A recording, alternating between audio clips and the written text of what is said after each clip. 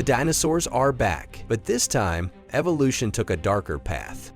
There's something magnetic about the idea of science resurrecting ancient beasts, of DNA slipping through the fingers of ethics to reawaken creatures who once ruled the Earth. Jurassic World Rebirth, set to erupt onto screens in July 2025, knows exactly how to bottle that primal awe and terror. But rather than rely solely on nostalgia or recycled chaos, it does something rare for a blockbuster. It recalibrates the formula with precision, grace, and just enough genetic tampering to keep us riveted. The world after Dominion is no longer a playground for dinosaurs. It's become something more desolate, more remote. Our beloved prehistoric protagonists are pushed into isolation, clinging to life in wild sanctuaries and abandoned islands. Enter Zora Bennett, played with steely resolve and shadowy charisma by Scarlett Johansson. She's not your typical dino wrangler. She's covert ops, cloaked in mystery, carrying a past you'll want to unravel as much as the island's secrets. The mission? Recover the biological keys to a miracle drug, locked within the DNA of the largest surviving dinosaur species from land, sea, and sky. Sounds noble on the surface, but let's not kid ourselves. In every Jurassic tale, behind the curtain of science lies commerce, and behind commerce, chaos. Zora's mission quickly spirals as the team lands on an island that's less paradise, more nightmare. Joining Johansson are Mahershala Ali, exuding command as Duncan Kincaid, and Jonathan Bailey, a paleontologist whose moral compass will be tested more than once. They're accompanied by a cast of characters as richly layered as the prehistoric sediment they're metaphorically digging through. Rupert Friend, Manuel Garcia Rolfo, and Luna Blaze help round out a diverse ensemble that adds heart and unpredictability to the unfolding story.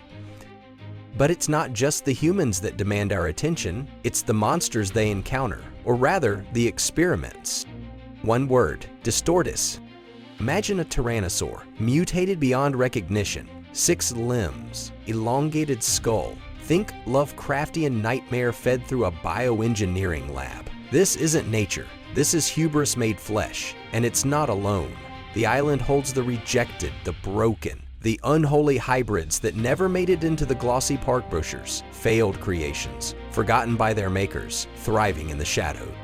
It's here that the story finds its teeth, and not just in the literal sense. These creatures aren't just threats, they're symbols of everything the Jurassic saga has warned us about.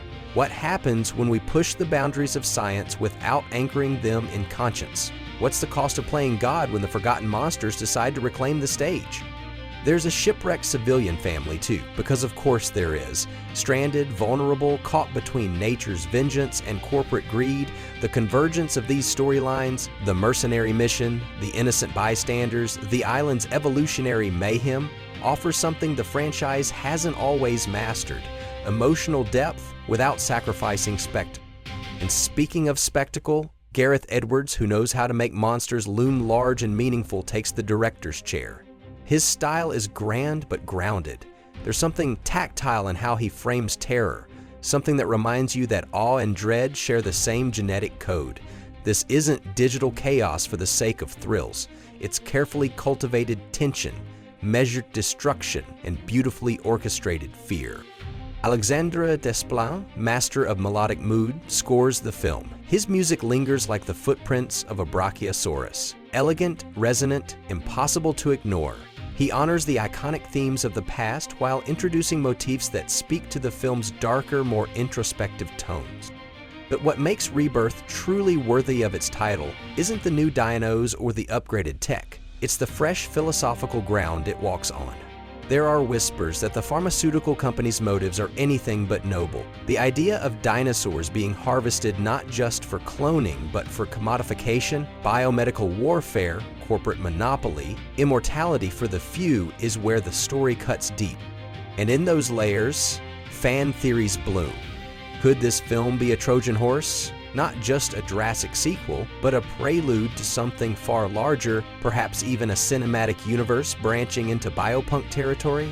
Some fans speculate Zora may have ties to previous InGen operatives. Others wonder whether this is the beginning of a darker evolutionary line, one where the next threat isn't dinosaurs, but human-dinosaur hybrids, whispered in past lore and possibly surfacing here. All I'll say is the trailer doesn't show everything, and what it doesn't show may be the most exciting part. So if you thought the saga ended with Dominion, think again. Jurassic World Rebirth isn't just a return, it's a reckoning, and it's one I'll be watching with a mix of wonder, horror, and popcorn. If you enjoyed this dive into Dio territory, give us a roar in the comments. What's your theory on Distortus Rex? Is this pharmaceutical expedition just a mask for something more diabolical? Like, comment, and subscribe to keep Green Ground thriving. And as always, more fossils and facts await in the description below. Stay curious, stay cautious, and never assume the footprints are from something extinct.